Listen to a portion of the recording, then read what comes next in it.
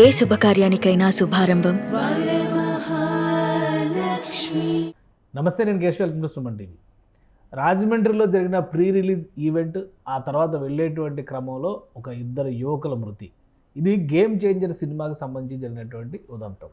దీనిపైన దిల్ రాజు రియాక్ట్ అయ్యారు. సినిమాకి సంబంధించినటువంటి ప్రొడ్యూసర్ అలానే బాధిత కుటుంబాలని ఆదుకునే ప్రయత్నం చేస్తామంటూ ఒక స్టేట్మెంట్ కూడా ఇచ్చారు. మరోవైపు నుంచి ఏపీలో విపక్షం దీన్ని పొలిటిసైజ్ చేసేటువంటి ప్రయత్నం కూడా చేస్తుంది. గతంలో జరిగినటువంటి సంఘటనతో పోలుస్తూ గేమ్ చేంజర్కి ఒక న్యాయం, పుష్ప 2 సినిమాకి ఒక న్యాయం అనేటువంటి కామెంట్స్ వినిపిస్తున్నాయి. అసలు ఏం జరిగింది, ఈ స్టోరీ వెనక ఉన్న రాజకీయం ఏంటి తెలుసుకునే ప్రయత్నం చేద్దాం. మనతో పాటు అనలిస్ట్ సుబ్రహ్మణ్యం గారు. నమస్కారం. నమస్కారం సార్. ఈ game changer pre release event అయిన తర్వాత యాక్చువల్గా ఈవెంట్లో పవన్ కళ్యాణ్ గారు భద్రత విషయంలో చాలా జాగ్రత్త పదే చెప్తా ఉన్నారు. ఆయన సెక్యూరిటీని కూడా అలానే అలర్ట్ చేశారు. స్టేజ్ పైకి వెళ్లే ముందర కూడా అదంతా వీడియోలో రికార్డ్ అయింది. బట్ అన్ఫార్చునేట్లీ ఇంటికి వెళ్ళేటువంటి సమయంలో ఇద్దరు ప్రమాదానికి గురి కావడం, ఆ తర్వాత జరిగిన పరిణామాలు ఎలా చూడాలి సార్? ఇప్పుడు దీన్ని ఒక ప్రమాదంగానే చూడాలి సార్. ఇది అంటే అలా జరగడం మంచిది కాదు. యాక్చువల్గా వచ్చిన పిల్లలు జాగ్రత్తగా ఇల్లు చేరుండాల్సింది. మణికంఠ, చరణ్ అనే ఇద్దరు కుర్రాళ్ళు రాజమండ్రి నుంచి కాకినాడ పోయే మార్గ మధ్యలో ఒక ట్రక్కు ఢీకొని ఇలా జరిగిందని చెప్పేసి ఆ రోడ్డు కూడా చూసినాం సార్ వేరే వీడియోలో. అది మధ్యలో డివైడర్ ఉన్న రోడ్డు కాదు, అది ఒకే రోడ్డు మీద బండ్లు వస్తూ పోతూ ఉన్నాయి. అందులో రాత్రిపూట బండి తోలుతూ ఉండుంటారు పిల్లలు. రాత్రిపూట తోలుతూ ఉంటే ఎదురుగా వచ్చే బండి ఒకవేళ మధ్యలో డివైడర్ ఉండి ఉంటే కనుక, డివైడర్ ఉండి రెండు పక్కల ఉంటే ప్రమాదం జరిగి ఉండే అవకాశం ఉండకపోవచ్చు.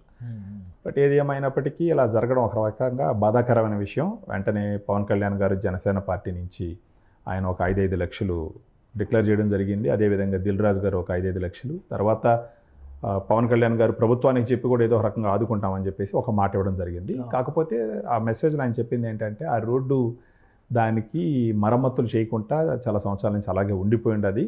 అది రోడ్డు రిపేర్లో ఉంది. మేము అప్పటికి దాన్ని పని పూర్తి చేస్తున్నాము.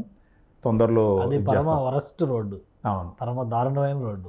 ఎందుకంటే ఒక 15 రోజుల క్రితం నేను ట్రావెల్ చేశాను. ఓకే, మీరు వెళ్ళినారు. రాజమండ్రి నుంచి కాకినాడ రాజానగరం నుంచి రోడ్డు మొత్తం గుంతలు. దాదాపు ఒక 4-5 ఏళ్ల నుంచి అలాంటి మరమ్మతులకు నోచుకోలేదు. కూటమి ప్రభుత్వం వచ్చిన తర్వాత పనులు మొదలుపెట్టారు లోకల్స్ చెప్పినటువంటి మాట. అంటే అక్కడ నిర్లక్ష్యం కానీ లేదా రాజకీయానికి అవకాశం ఉన్నటువంటి సందర్భం కానీ ఏమన్నా ఉందా? అది ఒక రకంగా చెప్పాలంటే దురదృష్టం.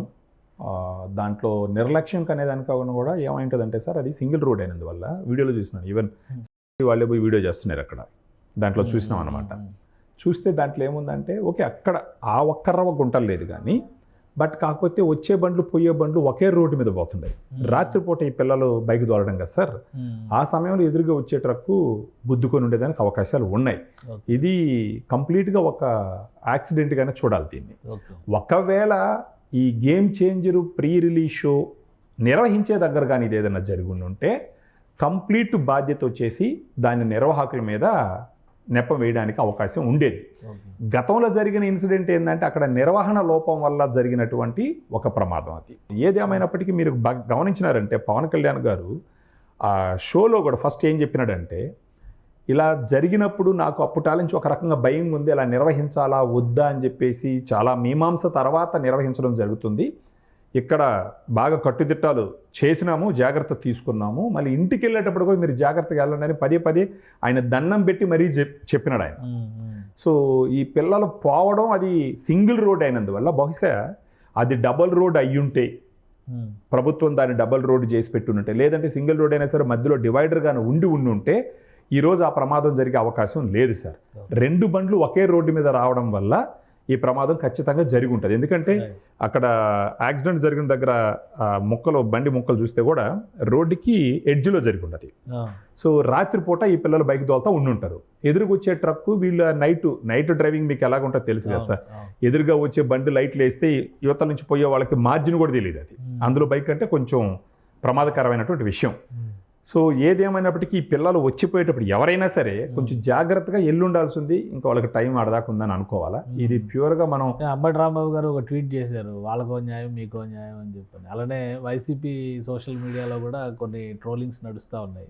ఈ నిర్లక్ష్యానికి ఎవరు బాధ్యత? పవన్ కళ్యాణ్ గారికి ట్యాగ్ చేస్తూనే ఇవన్నీ. అది నిర్లక్ష్యం అని మనం ఎలా చెప్తాం సార్? ఇప్పుడు పవన్ కళ్యాణ్ గారు ఈ ప్రోగ్రాం కండక్ట్ చేసిన దగ్గర ఆ నిర్వహణ లోపం వల్ల కానీ తొక్కిసలాట్ల వల్ల కానీ ఎవరైనా చనిపోయి ఉంటే ఖచ్చితంగా ఆ నిర్వహణ నిర్లక్ష్యం అని చెప్పచ్చు.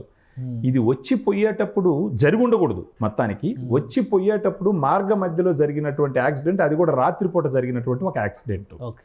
సో దీన్ని ప్యూర్గా ఒక యాక్సిడెంట్గా జరగాల. కేవలం ఆ ప్రోగ్రాంకి వచ్చిపోతున్నందువల్ల వాళ్ళ నెత్తిన నెట్టడం అన్నది సమంజసం కాదు. కానీ ఏపీలో ఏం జరిగినా పొలిటికల్ ఇంటర్వ్యూ అనేది కరెక్ట్. అవును, సినిమా రిలీజ్ అయినా ప్రతిదీ సినిమా టికెట్ల ధరలకు సంబంధించి కానీ ఇప్పుడేమో ఈ రాజకీయం యాక్సిడెంట్ చుట్టూ రాజకీయం.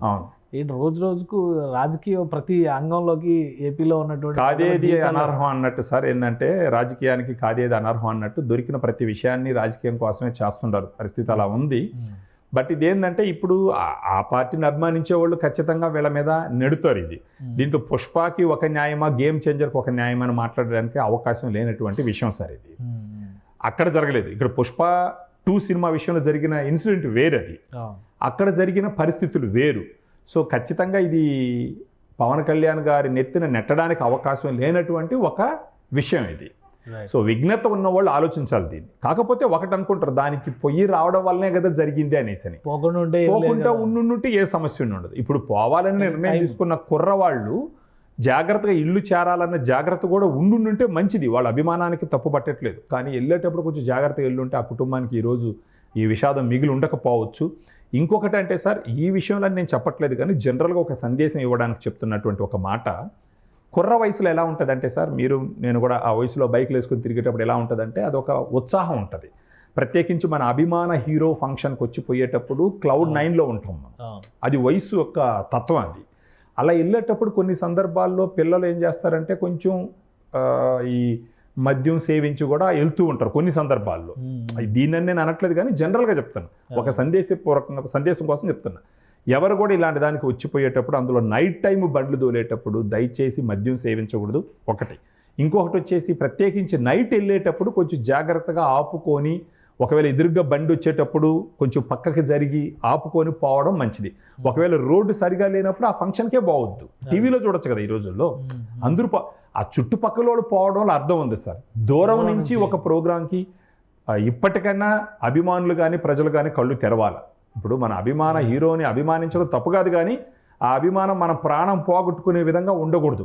అది దురదృష్టం యాక్చువల్గా. సరే, జరిగిపోయింది కాబట్టి ఇప్పుడు ఆల్రెడీ పవన్ కళ్యాణ్ గారు 5-5 లక్షలు డిక్లేర్ చేసినారు. తర్వాత దిల్ రాజు గారు ఒక 5-5 లక్షలు డిక్లేర్ చేసినారు. ఇప్పుడు ఏపీ గవర్నమెంట్ కూడా కొంచెం ముందరకు వచ్చి చేస్తే బాగుంటుంది. ఇప్పుడు రామ్ చరణ్ గారు వాళ్ళు కూడా కొంచెం ఏదో ఒక రకంగా చేస్తే బాగుంటుంది. అది ఏది ఏమైనప్పటికీ ఇక మీదట ఎవరైనా ఇలాంటి షోస్కి రావాలనుకున్నప్పుడు పూర్తిగా వాళ్ళ బాధ్యత మీదనే రావాలా. ఇలాంటి సమయంలో ఏదన్నా జరిగితే, అంటే నిర్వహణ లోపం వల్ల జరిగితే ఖచ్చితంగా వీళ్ళకి అంటగట్టచ్చు. ఆ ప్రిమిసెస్ దాటిపోయేటప్పుడు ఏదైనా ప్రమాదాలు జరిగితే మాత్రం దాన్ని రాజకీయం చేయడం ఎవరికి మంచిది కాదు. దాన్ని ఒక ప్రమాదంగానే చేసి, ఇప్పుడు ఈ విషయంలో అంబటి రాంబాబు గారు దీన్ని రాజకీయం చేయాలని చూసినారు. ఆయన మొదటి నుంచి చేస్తారు కదా. ఇలాంటి రాజకీయం చేసే దానికన్నా బదులు ఒక అడుగు ముందరకేసి ఆయన పార్టీ తరపున ఒక 5-5 లక్షలుగా జరిగింది, ఘోరం జరిగిపోయింది. ఆయన పార్టీ తరపున మేము ఒక 5-5 లక్షలు ఇస్తాము ఈ పిల్లల కుటుంబానికి. మా బాధితులకు ఇచ్చారు కదా, కోటి రూపాయలు ఇచ్చినట్టు. అట్ట కాకుండా అంటే ఎంతో డబ్బులు సంపాదించుకున్నారు కదా సార్ జనాల మీద ఇంతకు ముందర. ఒక 5-5 లక్షలు ఒక స్టేట్మెంట్ ఇచ్చడం ముందు బాధ్యత ఉంటే చాలు. బాధ్యత ఇస్తారా లేదా తర్వాత, ఎందుకంటే వరద బాధితులు ₹1 ఇస్తామన్నారు. అవును, పార్టీకి ప్రభుత్వ పక్షాన్ని మేము మా పార్టీ తరఫున మేము చేస్తామని. దానికి ప్రూఫ్ లేదు, ఎక్కడ ఏమి లేదు, రూపురేఖ. అలాంటి సాయాలు చేయకపోయినా కానీ పెద్ద ఇబ్బంది లేదు. కానీ రాజకీయాలు చేయకుండా ప్రతి విషయంలో రాజకీయాన్ని చొప్పించకుండా ఉంటే మంచిదే. ఇప్పుడు అంబటి రాంబాబు గారు ఉన్న స్థాయికి కనీసం 1 లక్ష ఇవ్వలేరా సార్? వాళ్ళిద్దరికి ఇవ్వచ్చు కదా. ఆయన 1 లక్ష ప్రకటించి దాని తర్వాత ఏదన్నా దీన్ని రాజకీయం చేసేదానికన్నా కూడా, అంటే వాళ్ళ స్వలాభానికి రాజకీయం చేసి ఉపయోగించుకునే దానికన్నా కూడా ఒక ప్రమాదంగా చూసి అదే పవన్ కళ్యాణ్ గారికి, దిల్ రాజు గారికి ఒక సందేశం ఇచ్చి ఉండాలి. అయా మీ ఫంక్షన్కి వచ్చిపోతున్నప్పుడు ఈ ప్రమాదం జరిగింది. సో నాకున్న స్థాయిలో నేను 1 లక్ష ప్రకటించినాను. కుటుంబానికి చనిపోయిన వాళ్ళని తీసుకొచ్చి ఇవ్వలేము, కానీ ఆర్థిక స్థితిగతుల కోసం నేను 1 లక్ష ప్రకటించినాను. మీరు ఇంకొక ₹10 ఎక్స్ట్రా ఇవ్వండి అని అడిగితే అది ఒక గొప్ప ఉద్దేశంతో అడిగిందిగా అవుతుంది. పుష్ప 2కు ఒక ఇదే లేకపోతే గేమ్ అంటే అది కంప్లీట్గా రాజకీయం కోసం వాడుకోవడం. ఈ కంప్లీట్గా రాజకీయానికి ప్రతి విషయాన్ని వాడుకునేటటువంటి ఒక ధోరణి నుంచి తొందరగా వీళ్ళు బయట వస్తే ప్రజలు కూడా వీళ్ళలో ఉన్న మానవత్వాన్ని, మానవీయ కోణాన్ని గమనిస్తారు. రాబోయే రోజుల్లో వాళ్ళకు కొంచెం సపోర్ట్ చేస్తారు. అలా కాకుండా దొరికిన ప్రతి విషయాన్ని రాజకీయానికే రుద్దుతామని చూడడం ఆల్రెడీ దెబ్బతిన్నారు. ఇప్పటికన్నా కళ్ళు తెరవాలా. ఇక మీదట ఇప్పుడు జనసేన పార్టీకి ఎంత చిన్న పార్టీ కదా సార్, జనసేన పార్టీ చాలా చిన్న పార్టీ, 21 సీట్లు ఉన్న పార్టీ. 151 చెప్తారు మీరు చిన్న పార్టీ అని ఎట్లా చెప్తారు? అంటే జనసేన పార్టీ మాత్రం చూసినామంటే కంపేర్ టు ఈ రోజు రాష్ట్రంలో సెకండ్ లార్జెస్ట్ పార్టీ జనసేన. ఈ రోజు రాష్ట్రంలో సెకండ్ లార్జెస్ట్ పార్టీ, దేశంలోనే చక్రం తిప్పిన పార్టీ. దేశంలో చక్రం సంగతి పక్కన పెట్టండి, నంబర్స్ ప్రకారం చూస్తే కూడా అవును సెకండ్ లార్జెస్ట్ పార్టీ తర్వాత 21 స్థానాలు ఉన్న ఖచ్చితంగా సార్. అంటే ఈ రోజు గురించి మాట్లాడలేదు సార్. రెండో స్థానం జనసేన, మూడో స్థానం వైసీపీ. అంటే సార్ ఇప్పుడు చిన్న పార్టీ అంటే నా ఉద్దేశం ఏంటంటే లోక్సభలో 2 సభ్యులు, రాజ్యసభకి రేపు ఎవరో ఒకరు వెళ్తారనేటువంటి ఒక ఆశ.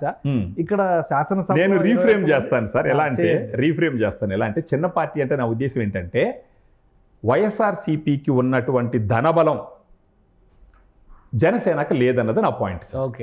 అదైతే ఆ పాయింట్ పరంగా నేను చిన్న పార్టీ అన్నాను కానీ అభిమానం పరంగా పవన్ కళ్యాణ్ గారు మొన్న చెప్పారు కదా, డబ్బులు లేని స్థితిలో అవును వకీల్ సాబ్ సినిమాకి ఇచ్చినటువంటి చెక్క అవును పార్టీకి ఉపయోగించారని చెప్పారు. అదే ధనబలంగా నేనేం చెప్తున్నానంటే వైఎస్ఆర్సీపీ పార్టీకి ఉన్నటువంటి ధనబలం జనసేన పార్టీకి లేదు. అయినప్పటికీ ఆయన ఒక బాధ్యతతో 5 లక్షల రూపాయలు ఆ చనిపోయిన కుటుంబానికి డిక్లేర్ చేసినారు. వీళ్ళు 151 వచ్చినాయి. ఎంతో చరిత్ర ఉన్నటువంటి పార్టీ, ఎంతో అంటే ఇంతకు ముందర ఎంతో సంపాదించుకున్న పార్టీ. ఆ పార్టీ నుంచి ఈయన 5 లక్షలు ఇచ్చినప్పుడు ఎలక్ట్రల్ బాండ్స్ లో దేశంలోనే టాప్ 5 లో ఉన్నటువంటి పార్టీ, సింగిల్ ఎలక్ట్రల్ బాండ్ కూడా తీసుకున్న పార్టీ జనసేన పార్టీ. ఆ పాయింట్ ఆఫ్ వ్యూలో చెప్తాను. ఆ విధంగా పూరెస్ట్ పార్టీ కావచ్చు, నేను ఆ రకంగా చెప్పాను. ఐడియాలజీ వైజ్ గా రిచెస్ట్ పార్టీ, ఐడియాలజీ వైజ్ తర్వాత ప్రజలు మనసులు చూరగొన్న పాయింట్ ఆఫ్ వ్యూలో, ఒక ఐడియాలజీ పాయింట్ ఆఫ్ వ్యూలో, ప్రజలకు సేవ చేసే పాయింట్ ఆఫ్ వ్యూలో ఖచ్చితంగా వీళ్ళు దేశంలోనే మిన్న పార్టీ, ఎవరు కంపారిజన్ లేదు వీళ్ళకి. కాకపోతే ఆర్థికంగా వైఎస్ఆర్సీపీతో పోలిస్తే చిన్న పార్టీ. ఆ చిన్న పార్టీ నుంచి 5 లక్షల రూపాయలు వాళ్ళ పార్టీ నుంచి ఇచ్చినప్పుడు ఎన్నో వేల కోట్లు, లక్ష కోట్లు సంపాదించినటువంటి వైఎస్ఆర్సీపీ పార్టీ ఒక 10 లక్షలు డిక్లేర్ చేసి తర్వాత రాజకీయం చేస్తుంటే మన బట్టవాళ్ళని సెల్యూట్ చేయొచ్చు. 5 పైసలు ఇవ్వకుండా ప్రతిదీ రాజకీయానికే వాడడం అన్నది ఒక మంచి పద్ధతి కాదన్నది నా పాయింట్. సో ఆ రకంగా పోటీ పడితే ఇప్పుడు వాళ్ళు ఇంకో రకంగా చెప్పొచ్చు. పవన్ కళ్యాణ్ గారు మీ పార్టీ స్థాయికి 5 లక్షలు ఇచ్చినారు, ప్రమాదం అయితే జరిగింది, మేమే 10 లక్షలు ఇస్తున్నాం, మీరు ఇంకొక 5 లక్షలు ఇవ్వండి, అక్కడ పోటీ పడాల. అప్పుడు చూసే ప్రజలు కూడా ఏమనుకుంటారు తెలుసా, వీళ్ళకి చిత్తశుద్ధి ఉంది, డబ్బులు ప్రకటించి తర్వాత వాళ్ళ మీద రాజకీయం చేస్తున్నారు, లేదంటే డిమాండ్ చేస్తున్నారు. డిమాండ్ చేయండి, రాజకీయం పర్లేదు. మేము 10 లక్షలు ఇచ్చినాం, నువ్వు 5 ఎందుకు ఇస్తావు, పార్టీలో ఉన్నావు కదా, ఒక 20 ఇవ్వని అప్పుడు అడిగితే కూడా ఖచ్చితంగా పవన్ కళ్యాణ్ గారు చాలా పాజిటివ్గా స్పందించేదానికి అవకాశం ఉంది. వాళ్ళు 10 ఇచ్చి మనల్ని ఎక్కువ అడుగుతున్నారా, తీసుకోండి అప్పు చేశాను ఇస్తాననేటటువంటి మనస్తత్వం ఉన్నటువంటి ఆయన పవన్ కళ్యాణ్ గారు. అలా కాకుండా 5 పైసలు మేము ఖర్చు పెట్టాము, ప్రజల దగ్గరదే ఎత్తుకుంటాము, ప్రతిదీ రాజకీయానికి వాడుకుంటాము, జనాల్ని ఇంకా మేము మభ్య పెడతాము, చావులు జరిగినా ఏది జరిగినా పేలాలు ఏరుకుంటామంటే ప్రజలు హర్షించరు. ఇంకా కూడా ఆంధ్రప్రదేశ్ జనాలు అమాయకులను అనుకోవడం మాత్రం కరెక్ట్ కాదు. జనరల్గా ఉన్న అండర్స్టాండింగ్ అంటే ఆంధ్రప్రదేశ్లో ఉన్నటువంటి, అంటే ఆంధ్రప్రదేశ్ కానీ తెలంగాణ కానీ ఉన్నటువంటి తెలుగు వ్యక్తులు మైండ్ చాలా గొప్పగా ఉంటుందని చెప్పేసి అందరూ అనుకుంటారు. సో ఎంతసేపు బట్టినా వీళ్ళని మభ్య పెట్టచ్చు, లేదంటే మ్యానిపులేట్ చేయొచ్చు, లేదంటే లెక్కలు చూపించచ్చు అని అనుకుంటే కరెక్ట్ కాదు. కానీ ఏది జరిగినప్పటికీ ప్రమాదం ఇది. నాకు తెలిసి ఇప్పుడు నేను కూడా డిమాండ్ చేసేది ఏంటంటే వైఎస్ఆర్సీపీ పార్టీని, అంబటి రాంబాబు గారిని ఒక 10 లక్షలు ఇవ్వండి సార్, అంటే మీకు కూడా బాధ్యత ఉంది. ఆ తర్వాత వాళ్ళని కూడా అడిగి ఇంకా ఎక్కువ ఇప్పించండి. ఆ రకంగా కుటుంబానికి సహాయం చేసి మీరు కుటుంబాన్ని వెళ్ళి పరామర్శించరండి, ప్రజలు మెచ్చుతారు. ఊరికే ట్వీట్లు పెట్టేసి రాజకీయం చేస్తే జనాలు దాన్ని హర్షించరు అన్నది నా పాయింట్స్. థ్యాంక్ యూ సుబ్రహ్మణ్యం గారు విశ్లేషణ అందించినందుకు. ఇది game changer cinema pre release ఈవెంట్కి వెళ్ళి ఇంటికి వెళ్ళేటువంటి క్రమంలో జరిగిన ప్రమాదం 2 ప్రాణాలని బలి తీసుకుంది. అయితే అటు జనసేన పార్టీ పరంగా సాయం చేయాలని నిర్ణయించింది. సినిమా నిర్మాత దిల్ రాజు కూడా సాయాన్ని ప్రకటించారు. కానీ రాజకీయం మాత్రం ఆగడం లేదు. వైఎస్ఆర్సీపీ ప్రారంభించినటువంటి రాజకీయానికి సమాధానం చెప్పాలంటే ముందు అంతకంటే ఎక్కువ సాయం చేసి సాయంలో సవాలు విసరాలని సుబ్రహ్మణ్యం గారు సూచిస్తున్నారు. ఇది special discussion. Keep watching. Suman టీవీలో మీ పర్సనల్ అండ్ బిజినెస్ ప్రమోషన్స్ కోసం కింది నెంబర్కి కాంటాక్ట్ చేయండి.